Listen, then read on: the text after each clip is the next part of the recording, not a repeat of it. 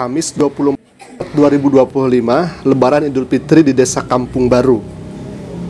Terlihat ada beberapa tokoh yang memakai sorban, kemudian ada yang memakai ikat kepala begitu ya. Di sana mereka sedang mengumandangkan takbiran. Kemudian di sana juga ada warga-warga yang turut meramaikan acara Lebaran tersebut.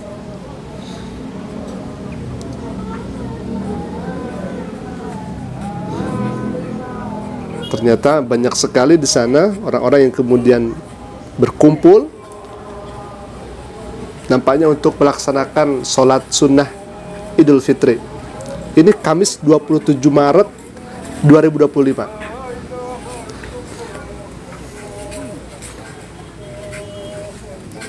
Ada musafahah begitu ya, sesi musafahah.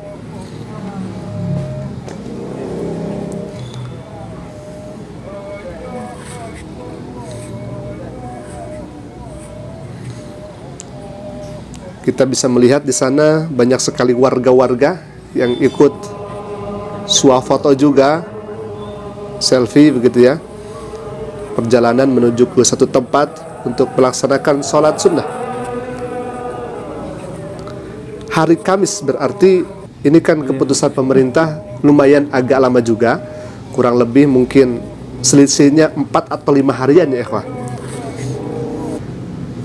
Baik, sahabat Tasik Ngaji, sedang beredar dan ramai dibicarakan di media sosial terkait Lebaran di Kampung Baru yang jatuh pada 27 Maret 2025, hari Kamis kemarin. Jadi kalau misalkan sekarang hari Sabtu, maka kemarin hari Jumat dan kemarinnya lagi hari Kamis. Berarti selisih lumayan agak jauh dengan penetapan pemerintah terkait pemutusan 1 Syawal yang akan datang. Nah, alhamdulillah, ini kemudian banyak pro kontra di media sosial terkait Idul Fitri yang sedang diselenggarakan, karena jauhnya begitu sangat luar biasa, 4 atau 5 hari selisih yang kemudian ditetapkan oleh pemerintah.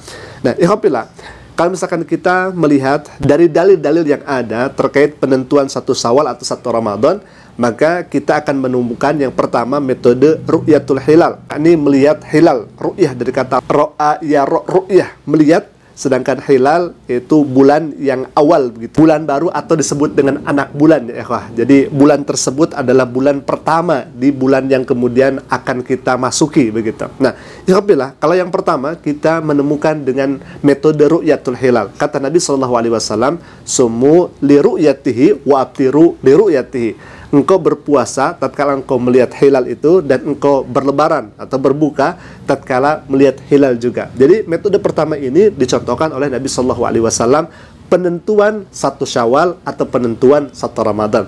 Nah, yang kedua kemudian ada yang disebut dengan metode hisab.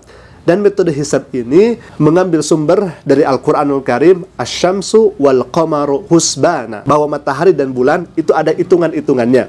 Kemudian adalah lahir ilmu falak, ilmu astronom dan lain sebagainya untuk penentuan 1 Ramadan atau 1 Syawal yang dihitung dari segi hisabnya. Dan kalau misalkan kita melihat pemerintah itu menggabungkan antara 2 metode ini. Yang pertama metode ru'yatul hilal dan yang kedua metode hisab itu sendiri. Nah, alhamdulillah, itu dalil-dalil yang kemudian bisa kita ikuti dan bisa kita jadikan referensi, karena memang hadisnya ada, Al-Qur'annya begitu ada. Nah, tetapi seringkali kita menemukan di setiap tahun ada yang kemudian satu golongan saudara-saudari kita di sana yang mungkin berlebarannya atau berpuasanya itu terlampau lebih cepat. Bahkan selisih bisa 4 hari atau 5 hari.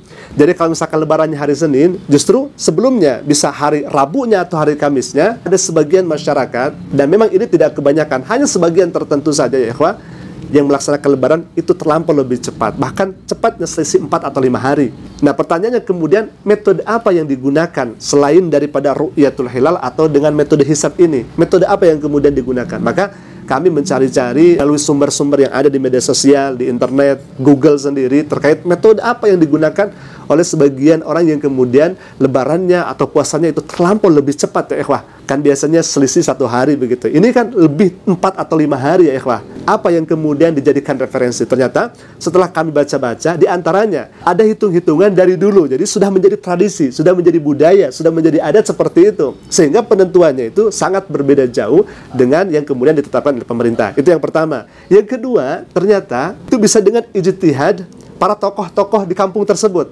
Nah, ini menarik juga ya ikhwah. Karena dengan ijtihad para tokoh-tokoh itu, kemudian diputuskanlah satu Syawal atau satu Ramadan dengan ijtihad yang ada di kampung tersebut. Dan yang ketiga, ini juga yang paling menarik. Pernah ini beredar di beberapa tahun yang lalu, yang menentukan satu Syawal dengan menelpon Allah katanya. Nah, kita akan lihat dan kita akan saksikan bagaimana cuplikan videonya. Silakan ya, ikhwah. Saya tidak pakai perhitungan, saya telepon langsung kepada Allah Ta'ala. Ya Allah, kemarin tanggal 4, malam 4, ya Allah, ini sudah 29, satu Syawalnya kapan? Allah Ta'ala ngendika tanggal 5 semua kue kaya ngono. Lah makanya disalahke wong ora apa-apa urusan ingsun Gusti Allah. Sahabat Asik Ngaji, walaupun ini hanya sebagian kecil di Indonesia, akan tetapi hemat kami ini juga tugas MUI untuk diskusi, berdialog dengan para tokoh-tokoh yang ada. Karena ini hemat kami disayangkan juga ya ikhwah, disayangkan juga, apalagi kalau misalkan selisihnya ini lebih 4-5 hari. Kan bagaimana cara penghitungannya yang betul begitu ya, yang sesuai dengan syariat yang ada begitu. Maka hemat kami ini menjadi tugas MUI juga.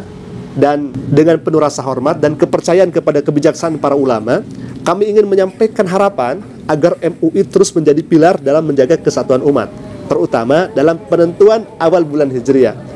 Jadi kami memahami bahwa perbedaan dalam metode penentuan satu Syawal adalah bagian dari dinamika ijtihad. Namun, kami juga meyakini bahwa persatuan umat Islam adalah hal yang lebih utama. Oleh karena itu, kami berharap kepada MUI dapat dengan lembut dan bijaksana mengajak saudara-saudara kita yang merayakan Lebaran lebih awal untuk kembali kepada kesepakatan bersama, sebagaimana yang telah menjadi pedoman dalam menjaga ukhuwah Islamiyah di Indonesia.